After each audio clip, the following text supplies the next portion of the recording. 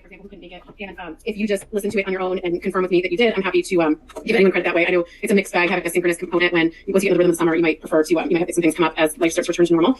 But let's go ahead and get started. I want to actually start first just by acknowledging that everything that's happening in our homes and our communities are affecting the way we approach our schoolwork. And so I just want to just reflect for a moment about family law as it relates to everything that's happening in our communities, especially in Louisville. If you just take a minute and we reflect, first of all, I think it's important to note that prejudices and biases begin in families. My kids are sitting here listening to every way I talk about what's happening in the news over them at the table. And this is, family is a place where a lot of social justice issues begin and are passed down. But just looking at the cases we studied, we've read about 10 cases in 2 weeks. The first 2 cases, Meyer and Pierce, were both rooted in xenophobia, fears of outsiders. Then we looked at Poe and Griswold, and we saw laws that affect all women, but we saw strategies that instead prioritize wealthier and married couples with egregious or health conditions getting put forward as the face of reproductive rights instead of unmarried women or immigrant women or any other representations. Then we get to Roe, and we see rights privilege in the doctor-patient relationship that presuppose a doctor-patient relationship at all. Then we get to Lawrence, and it bears, but it was in the reading, but I don't recall if we brought it out at all. But Lawrence was an unequivocal example of race baiting, where the couple, Lawrence and Eubanks, were in the apartment, and when Garner called the police, he said there's a black man with a gun to get the police. That's why the police stormed in. It wasn't to intervene in an intimate encounter. It was because of a racialized false allegation. Then we get to Zablocki and Turner, and we can see all the carceral and punitive ways in which the law tells you can't marry if you can't afford to have kids, or tells you that you can't marry if you're already in prison. We're going to talk about Obergefell today. Obergefell,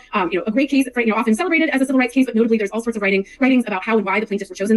All the plaintiffs in the underlying cases were disproportionately white, disproportionately same-race couples, disproportionately affluent, disproportionately had children, and we're sort of telling a story about families and which families are compelling to a court in ways that are perpetuating stereotypes, and that's almost every single case that we've studied to date. So why does that matter? Because every single case we're going to study going forward is going to invoke discretion. The idea that you're going to appear in front of a judge. Before some of you guys got on here, I was talking with Monica, and for example, Ellie Kerstetter, one of our proud alums, is the first ever in Kentucky Latina judge at any level, anywhere in Kentucky. But she was just appointed, not even elected, in 2020. That gives you a sense, if you're a Latina family coming before a court, how likely is the court to understand your community, to understand your values, to understand your family structures.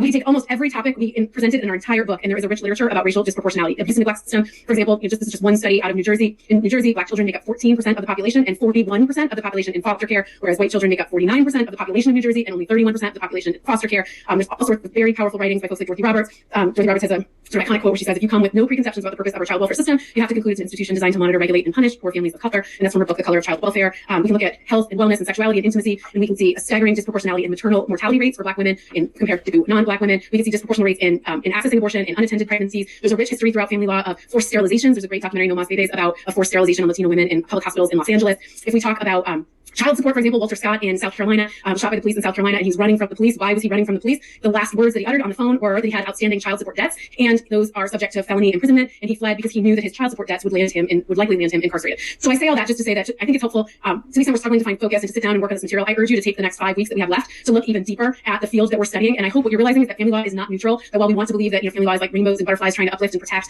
and support families, it doesn't always work like that. Family law is also playing very powerful cultural roles and social roles, channeling people towards certain families, channeling state resources towards certain families, using punitive approaches in certain communities. So I want to make sure, just as we frame the material going forward, that we keep looking everywhere we are for examples for how, because we need to really understand and interrogate the systems that we have before we can improve them.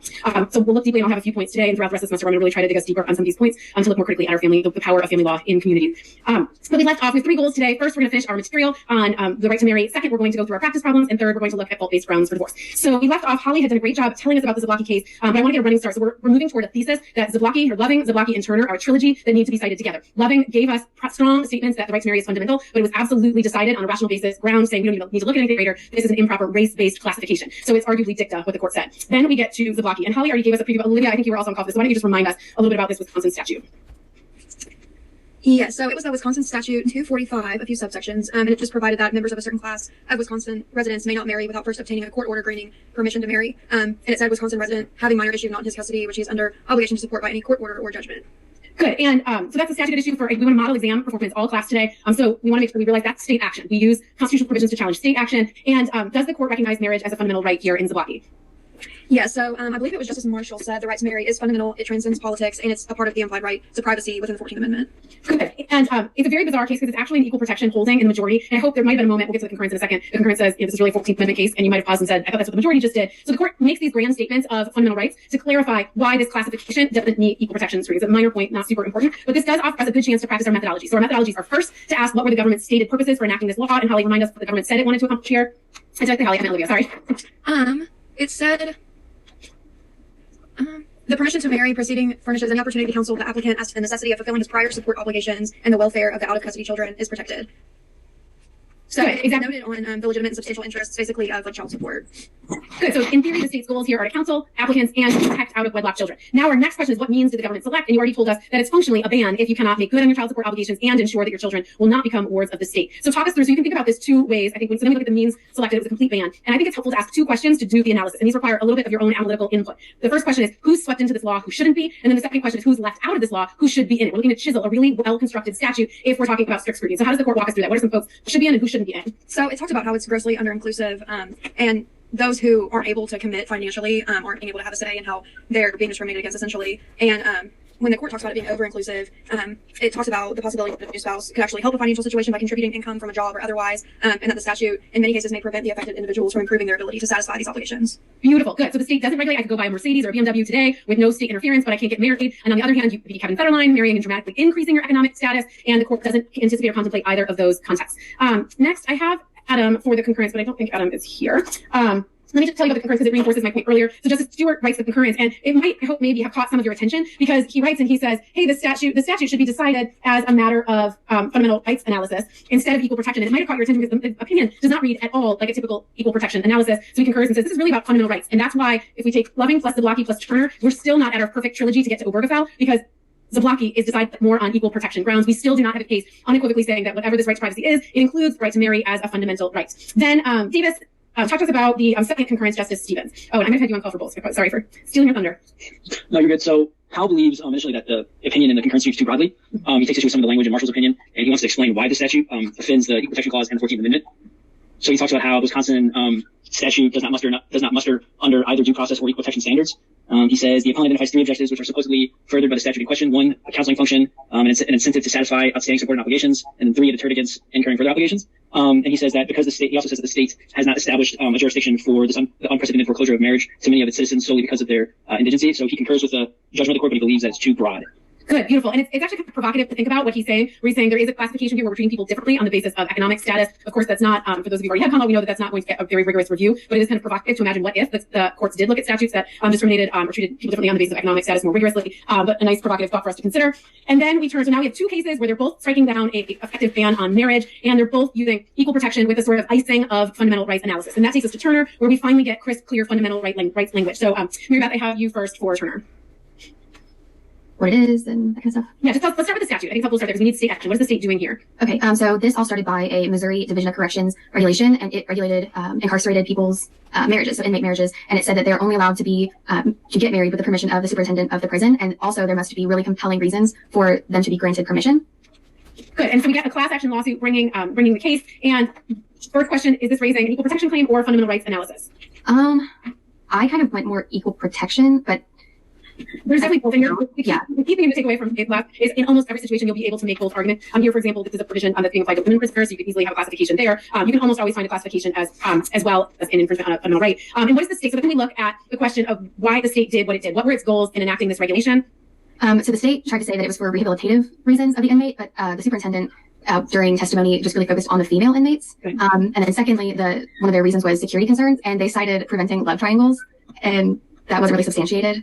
Good. And the rehabilitation concern, just to spin it out, is this idea that women particularly might have been in dependent relationships, and they want to teach women self-reliance, allegedly. So those are the two stated reasons: security within the prison and rehabilitation to teach self-reliance. And so first, then we need to ask is whether are those fulfilling government interests, and then second, we need to ask whether these means chosen were narrowly tailored. And what does the court say? Does it withstand our sort of chisel test where it's be nicely matched to the goals? So no, the court says that the goals were not met because it was really overly not tailored, but overly focused on one class of inmates, and it was with the female inmates, and it was let me see, I think if I remember correctly, it was especially female inmates with other inmates, and basically in general, but in order to have a love triangle, we would need two people who are incarcerated to make a triangle. Right. And then does that answer the question? Yeah, because basically it doesn't even give a super serious analysis. You might even give it more analysis. But basically it says that if your goals were pedagogical, your goals were rehabilitative, to keep people safe or to rehabilitate them, this isn't doing either of those things, and it's impacting the right to marry of those on the outside who want to marry someone who is incarcerated. And the court swiftly strikes it down, using strong language that, combined with Turner, or Zablocki, and Loving, ultimately set out our fundamental right to marry. And I'm going to just do a quick little historic run up. We're going to talk about Obergefell next, but I think it's helpful to just give a little historic context. So much of this happened so quickly in your lifetime. But if we take a quick look, this is 1892, and you see in 1992 there were no states. If you were taking family law then and you were looking up grounds to marry or prohibitions on marrying or grounds how the state regulates access, like you did in week 2. No state said anything whatsoever about same-sex couples marrying. There were no bans, but there were no states performing same-sex marriages either. So then we jump forward, and I want you to look at this disparity. So it's hard to see over here. There's one little state in purple, Massachusetts, and Goodrich v. Massachusetts. You may have studied this in common law, which becomes the first state to grant rights to same-sex couples to marry. They also notably very quickly enact an evasion law that says nobody can come to Massachusetts for the purpose of getting married there, and that's important as well, and it goes with the enactment of the right for Massachusetts residents. But notably, at that same time, you see it's sort of one step forward for the rights of same-sex couples to marry and 16 steps backwards. So that law that was actually passed a couple years earlier prompts by 2004, 16 states to now affirmatively put bans on the book, either constitutionally or statutorily. Actually, this is constitutionally, but some states like Kentucky did both a constitutional and a statutory ban on same-sex couples. I think that's important to see when we think about movements and how movements gain traction and achieve victories in courts. Here, it was one victory and 16 setbacks. Then we have 4 states that ultimately adopt the domestic union or domestic partner civil union approach, and I think it's really important to mention those, because these are something that I think are going to become a historic relic. By the time your kids are getting married, I don't think there will be such a thing as a civil union or domestic partnership. They really played this very unique historic role, trying to thread the needle so as to give same-sex couples all the rights and benefits that are conferred in marriage, like for estate purposes and hospital visitation privileges and evidentiary privileges and tax privileges, but without the status of marriage. And I mention that because it goes to that sort of buying a car versus getting married point, which is to say that there is something more that we think of when we think about getting married, not just the sort of bundle of benefits that comes with it. So we jump ahead to 2008, and we see at the trajectory, we still have only 1 state performing same-sex marriages, licensing same-sex marriages. We now have 8 states that are trying to thread this needle to give the benefits of marriage without calling it marriage, but we're now up to 26 states that have affirmatively taken action to restrict access to marriage. We then jump ahead to 2013. Now we're getting closer to Windsor. We're getting to Windsor, and we see that there are 9 states. It's incredibly regionally divided. The Iowa case was decided, was quite surprising. It's actually a beautifully written opinion if you are interested in reading it. But Iowa was the notable geographic exception. And then we have 30 states that now proactively regulate to ban access to marriage. So we're coming into Obergefell. And then notably, let me just say one more thing about that. We didn't spend a ton of time reading Windsor. But Windsor is super interesting because it's really talking about discriminatory animus, among other things, and saying that if you are going out of your way to harm a particular class of people, then the law shouldn't stand. And so interestingly, if we were to follow carefully the trajectory from 2013 through to 2015 with Obergefell and start to see those reds remove, we would see that some of the most conservative southern states, and like Utah was one of the first, some of the most conservative states, Alabama, Mississippi began to strike down their bans first, because by passing an affirmative ban, the discriminatory animus had been codified. So we get to Obergefell with something of a murky place, and it serves as a bit of a review for our whole course. We have both a due process argument that bans on same-sex marriage are in violation of our fundamental right to marry. We also have a possible equal protection argument that not allowing same-sex couples to marry is treating similarly situated individuals differently. But we still have this question, like if anyone asks me at the 30 minutes where we review for the exam, what exactly is the standard of review we apply to the right to privacy? The answer is incredibly murky. Instead, the answer I'll give you will be that if you're a petitioner challenging a law, you want to cite the cases that look the most like strict scrutiny. If you're a government defending a law, you will cite the cases that look the most like rational basis. But this murky question of the standard of review hovers here. So we've got some precedent, all of which we've studied. That's one of the cool things. You take a class like, Crim Pro, and there are thousands of cases that address search and seizure and warrant requirements. You take a class like family law, and you have read every single authority that is going to be cited in Obergefell, one of the most iconic family law decisions of all time. So it's kind of a cool little narrow portal into constitutional jurisprudence. And we can see here, we've studied all the authority. We've got our Loving, Zablocki, Turner trilogy, suggesting that there's a fundamental right to marry. Then we've got our Lawrence v. Texas language about how the government needs to stay out of intimate associations. And then we've got Romer saying that laws passed with discriminatory animus are inherently suspect. And then we've got some state marriage precedent as well, some under state constitution, some under federal. And so that's how we come in. I'll come back to these in a moment. So that's how we come into Obergefell. So let me start with Dimitri. Why don't you tell us who was bringing the suit in Obergefell? Obergefell, from our textbook, included couples from Michigan, I want to say Tennessee, Ohio, Maryland, and I know that there were some from Kentucky. I think I read that somewhere else. And really compelling stories. They're all same-sex couples. James Obergefell and John Arthur were in a relationship. Arthur was diagnosed with ALS, and after he passed, Ohio did not permit Obergefell to be listed as a surviving spouse, so it was bad there. There were more plaintiffs. Jane Rouse and April, I'm not sure how to say her last name, but they adopted infants with special needs, and Michigan didn't really recognize their relationship, and so they feared problems that the children would face in case of an emergency or if a parent died. And then there was another couple that I can go into that if you'd like me to. No, you're good. They're very carefully selected. They're very strategically selected. If any of you have had Professor Cannon or gotten to know Laura Langenwich, they will tell you a very raw, back, private story about all of this and about where national groups wanted to go with this, which plaintiffs they wanted to make the face of marriage equality. And it is a story of how social movements, some of the complicated strategic questions they make in social movement. And the short story of it is they were unequivocally told to keep their Kentucky plaintiffs out of this, that Kentucky wasn't a good state. They didn't have a good case to bring, and they had better plaintiffs in other states. And great lawyers like Dan Cannon and Laura Langenwich and many, many others said, yes, but there are real people who want to write the right to marry. They are not asking to be the national face of a movement. They want a simple right to marry a person they love.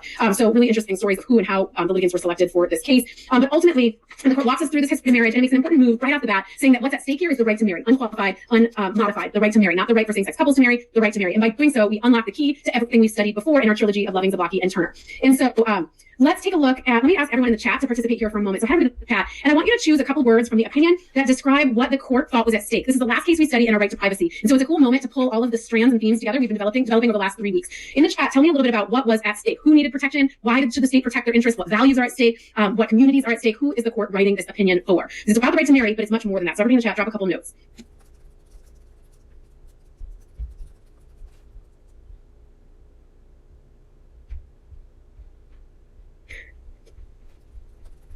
Good. Lots of emphasis on couples. Good. And now I see some more. Good. So early on, some of the first respondents said, this is about couples and the rights of same-sex couples. Absolutely an important part of the opinion. And in doing so, that makes it somewhat relational. More like Lawrence, the right of two intimate individuals to choose their own existence. DJ quotes my absolute favorite line from this opinion, that marriage responds to the universal fear that a lonely person might call out only to find no one is there. That makes me think I have a really bad marriage because I still feel pretty damn lonely and I'm married. I'm not sure marriage responds to a universal feeling of loneliness. But that's my own editorial comments.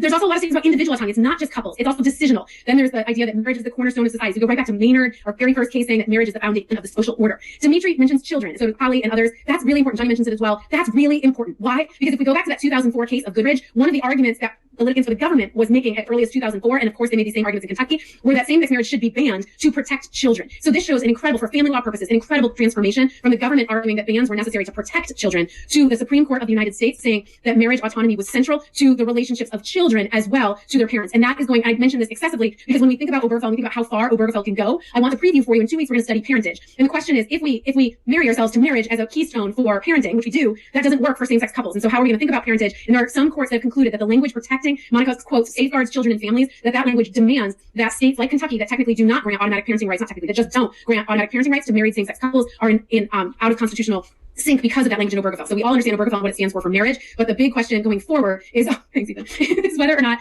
marriage carries, whether or not it's espousing new rights for children. Family law is not very children friendly. It is much more parents' rights focused. So the language here positioning this around children is really, and their affirmative rights to have dignified, respected, and equally accepted relationships with their parents are super important. I didn't see anyone say it in the chat, but I'm going to mention as well the word dignity. This word dignity is classic. Justice Kennedy using this language, that this is about the dignity of same-sex couples, the dignity of same-sex families, the children of same-sex couples, and their dignity rights. It's super interesting because in all of our conversation about privacy and liberty, we haven't used this phrase dignity a lot, but I can tell you for those of you who are interested in the trajectory, of abortion rights, the dignity language in Gonzalez, which was also written by Justice Kennedy, was all about restricting abortion right in the interest of dignity. So it'll be very interesting to see where the courts go and what these dignity rights mean, if anything, or does this just end with Justice Kennedy's tenure? But dignity is a big keystone of the opinion. So we see both traditional framings, marriage is the center of the social order, and we see new ways of framing family equality. However, what kinds of families, though, is Justice Kennedy privileging? Who's sort of left out from this? Let's chat in the chat box. What are some communities that might read this and feel like this is not the great civil rights opinion of the 2000s, that there are actually regressive statements for the purposes of family law in this decision? What are some of those? Who gets left behind by Justice Kennedy? The chat box responds to the universal fear of a professor putting a question out there. Nobody responding. People, thank you, Allison. Unmarried couples, it's a huge point, Allison, and single parents, huge points that we read this. And if you read it purely as the lens of what it does for same-sex couples, it sounds beautiful and it sounds very forward-thinking. But if we read it from the lens of single couple, when we get to parentage, we're going to read an entire history of family law, of discrimination against children born out of wedlock, and a whole scheme of things like child support and parentage laws that were built to address discriminatory treatments of children born outside of marriage. And then here, all of a sudden, Justice Kennedy uses languages that advance rights for some, but they advance them in a very white picket fence version of families. And so we want to think really carefully about what the implications of that might be to the field of family law going forward. And so just a few of the quotes, here you can see this lifelong union of a man and a woman, promise, nobility, and dignity to all without regard. It's sacred. This language is beautiful. Does not align with my experiences with marriage, even a successful one. It's very romanticizing of what marriage is like. It says it's central to the human condition. There's lots of reasons to call into question just how much this lifts marriage to this privileged place. Here's a few more. There's DJ's quote, my personal favorite, that responds to the universal fear. I think that's all super important. I want to keep drawing out more and more and more all the themes of race and class in our course that we can, because it is everywhere in family law. So let me draw out 2 points in closing. Or actually, we should do the whole case too. 2 points in closing. Marriage rates are declining dramatically from sort of 65% down to 50%. This is from 2012. But marriage rates are generally on the decline for all of us. So Justice Kennedy's version does not align with the realities of modern families. But specifically, marriage rates are declining more on the basis of race education. And this slide depicts it, and I'll post it after class.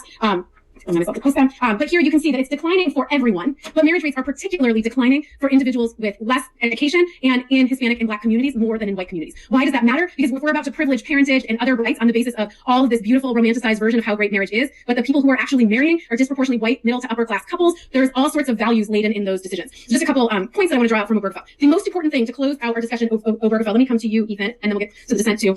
Ethan, what does the court do? So far we've been talking about these sort of dueling tracks of a fundamental rights analysis and an equal protection analysis, and we see them sort of murkily crossing each other. What does this court say about the relationship of equal protection to fundamental rights? That it's this is where we're talking about the double helix, correct? That yes. they both have, it's a substantive due process and equal protection analysis. The court says same-sex couples seeking a marriage in their home state and the benefits of the state with that right, they have the right to marry. Hold on, I'm sorry, I'm trying to get through my notes here. We've been having bad storms lately. No, I'm so sorry. Can you repeat the question while I'm looking at it? What does the court do to the interconnection between fundamental rights and equal protection? I've been teaching it so far as if they're two distinct things. How does the court instead weave them together? I am not going to lie to you. I probably can't answer that question. Okay, so let's jump in and help us out. What does the court say? It's actually really helpful to our application on the exam. Dimitri, go ahead. So what I have in my notes is that the synergy between the two protections prohibits the unjustified infringement of the fundamental right to marry, so they kind of merge them together to create the fundamental right to marry, or protect it.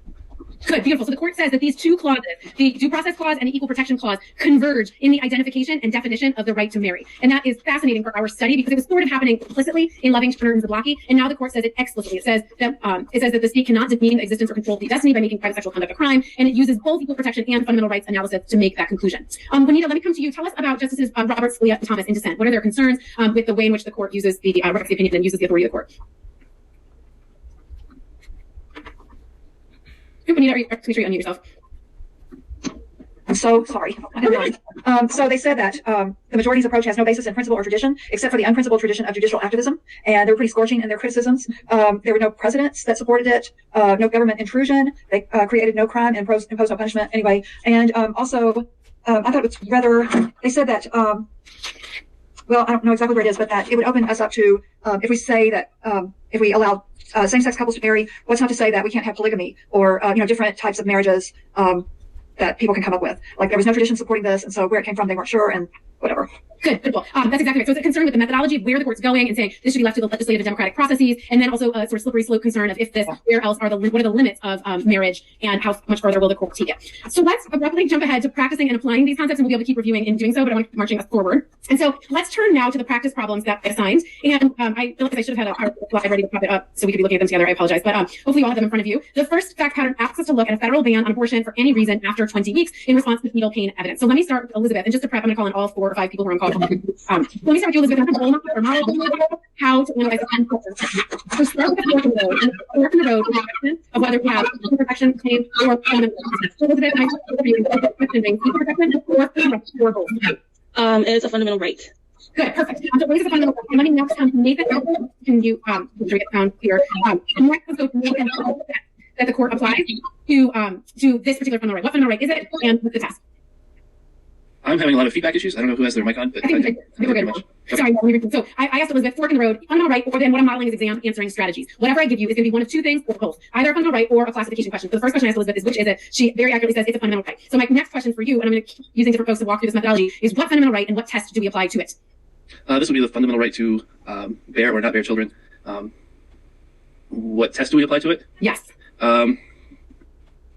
It'd be the Gonzalez test, wouldn't it? Yeah, perfect. The undue burden test. Good. Yeah. And that's important. So all 5 of these questions practice slightly different points about all that we've studied in the last 2.5 classes. And so the key point I want to draw out with this question is that if using my flow chart, we pivot between fundamental right and equal protection. If we go down the path of a fundamental right, if it imposes a burden on the right to terminate a pregnancy, we pivot and we go in a different direction than my neat and tidy chart of rational basis or strict scrutiny. Instead, we look at the undue burden test. And Nathan accurately cites us to Gonzalez. You can also cite to Whole Woman's Health, either of which are the majority of the Supreme Court endorsing the test or adopting the test from Casey. Good. And that test says that the state cannot put a substantial burden in the path of a woman's decision to terminate. And I emphasize the word decision because it means the state does not have to fund it or help get access to it. They just can't impede on the decision. Next, let me come to Brian. Is he here yet? I know he's going to be late. He's not. Okay. Let me come to Olivia. Walk us through the benefits and burdens of the law. There's a little bit of speculation on the real exam. I give you a much bigger fact pattern, but here we're doing more like layups, so just getting as much practice in as we can. So walk us through the burden test, Olivia. How does this benefit? How does this burden the right? So I would say it's a burden because it overall lacks state interest, and I would say that it's not narrowly tailored to serve any state-specific interest. As for benefit, I should have started with a more specific question. Why does the state pass this law? Or why is the state considering this law? That's your benefit. With the respect of fetuses in mind. Good, absolutely. It is the state's goal, and it is a compelling goal to protect potential life. Or you could use any of the framing from Gonzalez; it would all fit here as well. But the key here is the state unequivocally has a compelling interest in protecting potential life. And here the question is whether the state has put an undue burden on a woman's right in order to achieve that. And we would have to make arguments as to what we want to know more. So why don't other folks jump in? What other facts would you also? Yes. So Elizabeth says, isn't privacy also the right? Yes. But think about privacy if we're drawing this out. Think about privacy as having its own. Get scared. I'm going to my terrible drawing. So we've got one fork where we've got equal protection and one fork where we go to our fundamental rights over here. I don't know how people use this whiteboard. And if we have our fundamental right, though, the right to an abortion takes us off on its own to this undue burden test. And the right to there's other rights like the right to access contraception, the right to marry, the right to intimacy, all follow my more typical chart over here. Does that make sense to everybody? So what I'm saying is that abortion is sort of jettisoned off and getting its own test. But yes, it sits under the right to privacy. It just gets its own test. That's a special drawing. You're welcome. Okay, so the So we would need to, if I were giving you this on the exam, I would need to tell you more. I would need to tell you some facts that suggest that there are women who could die if they can't get an abortion after this, or I would need to tell you some sort of evidence about how this might create a burden on women who would need this. And then you would draw and you would say the benefits of this are that it protects potential life. And you could draw on any of the language from Gonzalez, but the burdens of it, that it burdens it might burden women's health. And then you would reach a predictive conclusion. Don't worry about getting the right conclusion. Worry about following the right methodologies to stop at all the stops along the way. Next, you could propose, let's imagine this was your exam question. On the exam, I would tell you to make amendments if amendments would save the law. What amendments would save this law if you are the advisor here? Drop it in the chat. Good, and Nathan dropped a perfect cite in. So these bans have historically always been struck down as unconstitutional, a categorical ban. And Nathan drops a cite from the Ninth Circuit from 2013. But there are many more recent ones from even very southern conservative states that have said that a categorical ban does impose an undue burden. That is the historic situation of where we are to today. Question, of course, whether a court going forward would still do that. But great cite there, Nathan. And my question is, how would we amend this law if we wanted to impose this ban? What would make it more likely to withstand constitutional scrutiny? Any ideas? Drop them in the chat. Good, perfect. So if we're looking at this benefits and burdens, how does it help, how does it hurt? The key thing there, and this Justice Ginsburg would sleep peacefully at night if even this legislation that she would probably find unconstitutional, but nonetheless, if it had an exception and said that this is banned unless necessary to preserve women's health or life. Good. Next, let's look at the second hypo, and I'm going to follow the same methodology, trying to practice exam strategies. The second hypo was for states like Kentucky that still keep a ban on same-sex marriage on the books. So first question is, does this trigger, if you go back to my fork, does this trigger an equal protection analysis or does this trigger a fundamental rights analysis? I should call somebody. Davis, why don't you start us off? Step one, fork in the road. Is it one or the other or both? So I think especially now the court would put a lot of emphasis on Obergefell's case. So they would look at both to a certain degree, but really focus on the fundamental right. Good, beautiful. On the fundamental right that this is, and particularly this must be exactly the moment where that dignity language comes out, right? Because it's not actually keeping anyone, any same-sex couple can marry in Virginia, Kentucky, or any of the other 28 states that have this on the books. But what does it arguably infringe upon? The dignitary rights of those couples. So next, let me come, Michael's not here. Let me come to Johnny. What would the government's purpose be in having these on the books? What do you think the government would say? And Johnny, make sure you unmute if you're yeah. So what would the government say in defense? What would a Kentucky legislator say about still having this law on its books? Yes, that's exactly what the government would disagree, and the government would restrict freedom for some individuals. Good. It might have some sort of like suppressing. That's what the petitioners would say, right? That might create a dignitary harm or somehow suppress access to the right to marry. Is the government would likely really? It's kind of an awkward question for me to ask, so I'm going to answer my awkward question. But the government's really not going to defend. It's not going to defend a ban on same-sex marriage. It's just going to say that we have all sorts of laws on the books that are, dead laws that are. Professor Sweeney wrote a beautiful article called "The Laws of the Undead," and she's talking about it's like these zombie statutes. And her point is these laws that clearly have no role. They're never enforced, but they're still in the books, and often they're particularly about issues of morality. And so the states say, look, we're just overworked, overwhelmed. We don't have the time to strip these things from our statutory codes. And really, no one's rights. When we talk about a right being infringed, they say everybody can get married. Nobody's struggling to get married. So it's kind of a tough little question that I tucked in here. So why did I put this in here? I tucked this question in here just to reinforce the idea that maybe Obergefell stands for more than just the literal right to marry, and that language of dignity, the language of families, the language of being accepted and respected are really important themes of Obergefell that many litigants today are using to expand the reach of Obergefell. So probably I should have put this fifth. This is probably the toughest one on here. Let's jump to number 3. So 3 is a story about a scenario of birth tourism. And so this is a proposed statute that would prohibit women who are 6 months pregnant, would ban any non-citizen from entering the U.S. after her 6th month of pregnancy. And it's in response to news accounts of supposed birth tourism. So let me start with Damien. Where is everybody today? Damien, are you here? Holly, go ahead. Okay, I was gonna say I can go ahead since I'm ready. So for this one, I looked at obviously what you need to know if there's a fundamental right. So I looked at that comes from the 14th Amendment, that all persons born or naturalized are citizens of the United States. So then I'm looking at the class that they're discriminating against, and that's women, which gender usually only gets intermediate scrutiny. But they're also discriminating against, in my opinion, national origin. So I think they could get strict scrutiny there. Beautiful. Because you could say they're discrete and insular minority.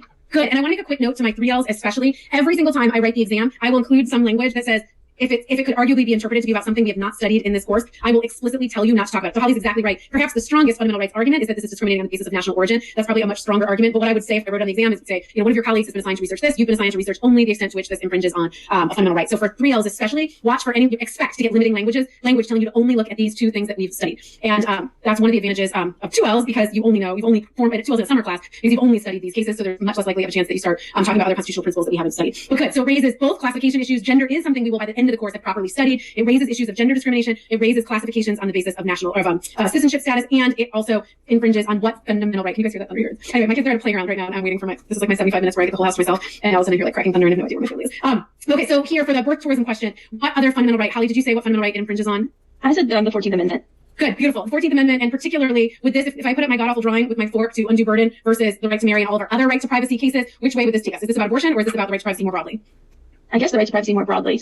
Good. And I realize that sounds like the dumbest question ever, but be really careful, everyone. Pregnancy is not abortion, right? That birthing and birthing processes, generally contraception will all, sex and intimacy will all stay under the Griswold-Lawrence line of cases. It's only abortion that gets kicked over to the undue burden test. And that's important for exam purposes. Good. So, but really this is getting more something much closer to the right to bear or not bear children, or the right to raise or rear your children. And so the next question we have to ask, who else do I have this one? Ethan, Ellen, do you want to jump in? Yes. Hello? I'm now very deeply empathizing with all of you guys who are talking about so I think professor teaches 10 hours away, that would not get the exact same weather, but it's creepy and scary. Okay, so fundamental rights analysis. The first thing we need to ask is, what's the government's purpose? Why did the government do what it did here? So I believe the government here would probably argue that, that this birth tourism is some kind of citizen loophole, that those that are coming in pregnant are trying to get around that by, clearly the one being birth is the citizen. And then I think once they turn 21, don't they have like the right to help their family become citizens as well? So I'd say that's what the government here is looking to avoid. Absolutely. And your exam will actually be easier. It'll just be deeper. So instead tonight I was going to give you one old exam question, and on an old exam I give you data, I give you cites, I give you quotes of people saying exactly what you're saying. So here I wanted to do a few more quickly to get across all of the doctrines that we've studied. But if this was your actual exam question, you would have exactly the points that you just made. That's why the government passed it. Do you suppose that the government has a compelling, it is a compelling government purpose to regulate immigration in that way? Ellen? Yes, I believe so. Yeah, I think so. And don't overthink the question of government purposes, even if they might make you cringe personally or politically, whatever I've given you. I always give you things that are very extreme or very sort of, well, they used to feel more extreme, maybe not extreme. But don't allow your political instincts to fight. Of course, it's a compelling government interest for the government to regulate our borders and to enforce immigration. It's definitely compelling. The question is whether the means selected are narrowly tailored. And so on that, let me come to, where is everybody? Juanita, did you have this case as well? Oh, make sure you unmute. Oh, yeah, I keep muting. Yeah. So what are some ways that this brings people in? So the way to figure out whether something needs a compelling test, whether something is narrowly tailored, rather, is to look for this. I like to think about it in like sort of chiseling terms. You want it to be perfectly chiseled. You want it to make sure it gets in everybody that it should and doesn't sweep in anyone that shouldn't. So what are some ways that this over-regulates and what are some ways that it under-regulates? Well, I was thinking that suppose a woman is 5 months pregnant and the law doesn't cover her, but she could just as well have the baby in the country and it would be a citizen and have all the problems that the government is trying to prevent. Let's see. Good. Yep, keep going. Well, I'm not sure how it over-regulates. Over-regulates if folks were planning to leave and had all, like they were coming for 6 months, and 6 months would presume like a 90-day visa might get you to pregnancy. But if you're only planning to come on a 5-day trip, like it definitely over-includes with sweeping in people who don't in any way intend to stay. It's definitely assuming that every pregnant woman arriving is falling under these circumstances without any reason to have that belief. But you're exactly right. So if you're making a flowchart, I'm a big fan of flowcharts for how to answer questions. Once you get to any strict scrutiny analysis, the way to think it through is exactly how it's just modeled for us. We look for examples where, and so the idea is there's nothing magical about 6 months and saying that 6 months is the demarcation when all of a sudden we should suspect that people are coming here only to have babies on American soil. Good. And then there is a classification question here, but I would have written it out of your exam because it's getting really close to national origin. But let me just tell the answer for the 2 L's is if there was national origin, you would look at it with strict scrutiny and it would lead you to the same path anyway. So even if you're a 3L, you spent more time on it than necessary, you would yield the exact same result just for a second time. Good. Next, let's look at statute 4, and that is our Oklahoma bill requiring couples to prove that they don't have any sexually transmitted diseases before they can get a marriage license. Let me start with Tanner. Tanner, walk us through, is that a fundamental right or equal protection or both? It's both. It's equal protection because it's creating a class of people seeking a license, a marriage license, where they're being regulated more heavily than people who aren't for the purpose of this law. And then it's a fundamental rights question because the right to marriage is being regulated. Beautiful. Good. And just to tip you off, if you're making a flowchart for the exam, almost every question I've ever actually put on exam is both. So you should expect for it to be both and be pleasantly surprised if it's not. Perfect, Tanner. Great. Thank you. Next, let me come to Annie to walk through the, actually, come Drew. Drew, got your microphone on. That's the equivalent of making eye contact in a real classroom. You're doomed to get called on. Why don't you walk us through, pick one of the two, equal protection or fundamental rights, and walk us through it. I will pick fundamental right. Perfect. It have to do with there's strict scrutiny applied and that it can only be upheld if it's like sufficiently supported by governmental interest. Good. Compelling. Yep. Compelling government interest. Yep. Good. And what? Tailored to accomplish those interests and everything. Beautiful. And what do you suppose is the government's purpose in enacting this type of law? They said it's to lower the rate of STD spread. Spreading STDs. Good. Do you suppose that's a compelling government interest? Yes. Absolutely. Definitely don't overthink the first one. They're almost always compelling government interest. Okay. Good. Definitely compelling government interest. But the means selected, and this is where if you're making an outline for means selected, the key is to say explicitly what the statute does. So what are the government's means selected here? They must submit an affidavit from a physician affirming they don't have an STD. Good. And it's important to make sure all you're doing is pulling from the question into the answer. But once you do it, the answer starts to write itself. So the answer is that if they can't get an affidavit that they don't have an STD, they cannot get married. But you want to make sure you put that in there explicitly. So now what are some examples? Does this help? Does this achieve the government's interest? Who's sort of swept in, who shouldn't be, and who's left out, who shouldn't be?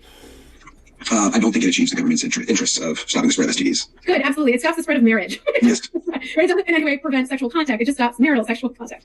Teaching at night is like a whole different story. I feel like I'm losing here at night. Okay, sorry. Anyway, yes, good. So it's definitely sweeping people in, and it does nothing to address people who have sexually transmitted disease who aren't applying for marriage. It's over-inclusive, it's under-inclusive, it doesn't do anything. If both of the people getting married have sexually transmitted diseases and they can't marry each other, there's a million reasons. But what I hope you're getting out of this practice is the point that you do have to inject a little bit of your own analytic thinking into constitutional analysis to find those examples. And I think the way to do it in your flowchart is to look for people who are still spreading STDs, who aren't affected, and people who can't marry, who would align with the court's interest here. Good. Let me come now to Annie. Let me come to you on equal protection. What would the equal protection analysis be here? Would it be the benefit versus the burden? So is there an undue burden put on the That would be for an abortion question. But here, the equal protection, notably, the equal protection, my chart there with the standards of review, either equal protection or rational basis both take you to the same place. So one key takeaway from practicing these exam questions is that after you do one, the second should become easier because it may actually be the same question or it's a less rigorous review and it already failed under the more rigorous review. And so here, the classification, if there's a classification, it's on the basis of a health status. And does that get any sort of special review like race or gender? Can I ask for a friend's help? Let me just focus. So if we're looking at the equal protection chart, the only way in which we would apply a heightened standard of review would be if, let me pop this up. I don't think I put this up properly and it deserves the quick attention. So if the classification is on the basis of race, it gets a strict scrutiny review. If it's on the basis of gender or legitimacy, and by legitimacy, it's children out of wedlock, and we'll study that in our parentage unit. We haven't studied it at all yet. It would get intermediate scrutiny, which we'll study throughout the rest of the course. And anything else, so here, like a health classification or people who want to marry versus people who don't, just gets rational review, which unlike my chisel analogy, it just needs to be a blob. A blob will work. It doesn't need to be a perfectly chiseled Michelangelo. If you just kind of generally get it about right, it's good enough. But let me pause there. There is a fifth question, but I'm going to stop there because I want to make sure we just have a brief moment to talk about grounds for divorce, even if it's shorter than I would have liked. So let me call in someone that I have to. So for grounds for divorce for the exam, you will function in a hybrid world where every ground on that chart applies. So if we use our Sarah and Cody analysis, if we use our Sarah and Cody facts, what ground does Sarah, and just volunteer here, does Sarah have any fault-based ground for divorce against Cody? Anybody? Yeah, Allison, thank you. So I actually was thinking about this in reverse of what Cody has against Sarah. Okay, start us off there. Okay, so as far as Cody against Sarah, I was thinking since she left the marital home and it had been, off the top of my head, what had been like 2 years, then you're facing abandonment as a grounds for divorce. That was the first thing that came to me. Good. And then on a grounds for abandonment, what problem would Cody have proving it? Because she unequivocally physically left the premises, left the marital home. What didn't she do though? She didn't file for divorce? No, not quite. Elizabeth? That wasn't the question I was going for, but for abandonment, which, I guess they're saying she didn't intend to leave, like she doesn't want to leave the relationship. Good, both. It's both the physical separation and the intent to end the marital relationship. And she definitely did not have the intent to abandon. It would inspire him to somehow, reform in alignment with her values. So abandonment is the exact argument that Cody would make. It would likely fail. What other argument might Cody try that would also likewise fail? Elizabeth? I was thinking cruelty. Good. And why would that likely fail as well? Just because he might not have proof of it. Good. And how high does the proof have to go? I can't quite recall, but like he has to have like some other witness or something. He has to have adverse health effects. So it's unlikely that someone has enough, which is really, we have two things, facts. One, we have broken the remote with have health effects. And two, we have a sustained sort of psychological critique and attack, calling him damned and wicked and things like that. But neither alone are likely enough. We would certainly, for exam purposes, we would reason through both. And if he could get a fault-based ground for divorce, the reason he would want to is he would get divorced faster, which is what he wants. Now, in our last 2 minutes, the only possible argument Sarah might have for a fault-based ground is constructive abandonment, saying Cody abandoned the marriage sort of figuratively, even though she was the one who physically left, but it's also a dud. So now we're left with the question of no-fault divorce. And so Sarah does not want to get divorced. Somebody in our last minute, what would we need to counsel Sarah? Can the court keep them married? Or what factual proof will be necessary to make a no-fault divorce successful for Cody?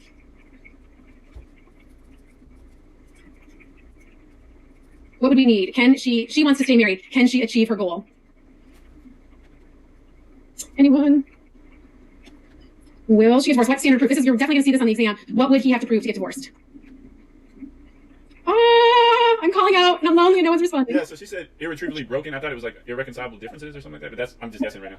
No, you got it exactly right. Your guess is spot on. So Kentucky uses the language of irretrievably broken. Other jurisdictions use the language of irreconcilable differences. The key thing I want to highlight, though, in our last minute here is that the test for whether or not a marriage is irretrievably broken is right here. So for the exam, this is what you will apply. You need to prove that Sarah and Cody's marriage is irretrievably broken, meaning there is no reasonable prospect of reconciliation. And so if you're Cody, you have a very strong argument that all the time that has passed, all of the value-based differences, all of the conflict are proof that there is no reasonable prospect of reconciliation. For Sarah, she wants to stay married in theory, but we would have to advise her, if we were her counsel, that the best she could hope for would be an adjournment to force some sort of mediation. That's the best she could hope for. So she could stall her divorce, but she will not be able to prevent her divorce unless the court can't find that there's no reasonable prospect of reconciliation, which of course they can. Last thing I want to highlight is that they have to have been living separate and apart without sexual cohabitation with great underlying for 60 days. I mentioned that to connect it to my point by email about Derek Chauvin and the former police officer in Minneapolis, because the filing there was filed instantaneously. And that's important because it sets the timeline for property distribution purposes. But there's likely a requirement that they have to live separate and apart first, and they likely actually haven't met that yet. So it's likely to just sort of sit there for a while. And in that particular case, unless there's evidence that the marriage was already on the rocks before, the court might actually, it's actually notably the only example I've ever been able to conceive of in family law where a court might not grant a no-fault divorce if the court somehow believes that this is a manipulative tactic to separate assets and protect the assets in her name. So that's a very cynical view on their relationship, but it is possible. It's definitely something folks would counsel. People counsel it for elder care, they counsel it for immigration, they counsel it for all other sorts of reasons, just to separate assets through legal divorce, even if the couple it doesn't actually have no reasonable prospect of reconciliation. Okay, we got a lot done there. Next week so you're studying property distribution online this week. Property distribution is the single most important thing you will learn in this entire course. Next week, our entire lawyering lab will be devoted to practicing property distribution. It will be slower paced, it will involve collaborative group work, and it will not involve me talking anywhere near as much. Thank you for bearing with me for 3 extra minutes, and I'm going to stay online as long as necessary to answer any questions. One thing before you go, I want to host an optional review to do a practice this exam question, and I would record it for those who can't come in the chat section. If that's something that you want to come to, drop a note of whether you would prefer that at lunch or at night. Those I think are the two most realistic options. And if there's a night and you have a preference of which night, is it this night continuing or some extra half hour after class, or is it a different night entirely? If you have preferences, drop it in the chat. But next week I will host an optional review, and it will be at night. An optional review for folks, and I'll record it for those who can't come. So everybody stay safe. Everybody take care. It's nasty out here, and I'm sure it's still nasty out there. So it's good to see you all. Be safe, everyone, and keep reaching out with all your great questions. Hey, Professor. Hey, for the folk who are still on here, would you guys prefer to stay after class and do the review? Yes. At 8:15. Okay, perfect. Let me stop recording and then let me start taking questions. All right, go ahead. How's everybody? Great. How are you? Question. Good. I was wondering, what was that? You did two parts for the cruelty, and I think the second part was the actually I forgot what both parts were. The second part was wait, hold on 1 second. The first part, actually, but yeah, take your time. I'm sorry. My kids are sitting in the car because it's so stormy. Okay. All right. So the two parts were you have to prove a course of conduct. Oh, do you mean factually or whatever you want to? Yeah. Legally, you have to prove a course of conduct. So one act will not be enough unless it's egregious. Okay. So you would need a substantially more, jolting incident of domestic violence. Drew's still on here. Drew's a police officer in Southern Indiana. Drew, this is nothing, right? Throwing a remote at someone, just a typical Friday night in a lot of families. It's nowhere near anything that's going to turn heads to get a fault-based grounds for force. The second way you could do it is to prove a course of conduct that includes an adverse health outcome. Okay. And that's super interesting because the fact that coding seems to show it's very gendered, because the fact that he seems to show no manifestations of distress. Like if he were crying, he were sad, if he were devastated, if he were suffering from PTSD, if he were describing physical symptoms that were causing him harm because of that, then he might have a fault-based ground. So there's a big gendered critique by men specifically that this is sort of privileging like the weepy, teary domestic violence victim. It's not a complaint by men. It's by everybody that it's a very narrow view, but an adverse health impact. So if he sort of, is mistreated and cruelly, but he sort of sucks it up and deals with it, he cannot bring a fault-based ground for divorce. So he definitely did not suggest facts that get close enough to it for us to plead. All right, thank you so much. It's good to see you. And we're talking tomorrow at 4, right? Yes, ma'am. Yes, cool. I'll see you in. All right, thanks, bye. All right, take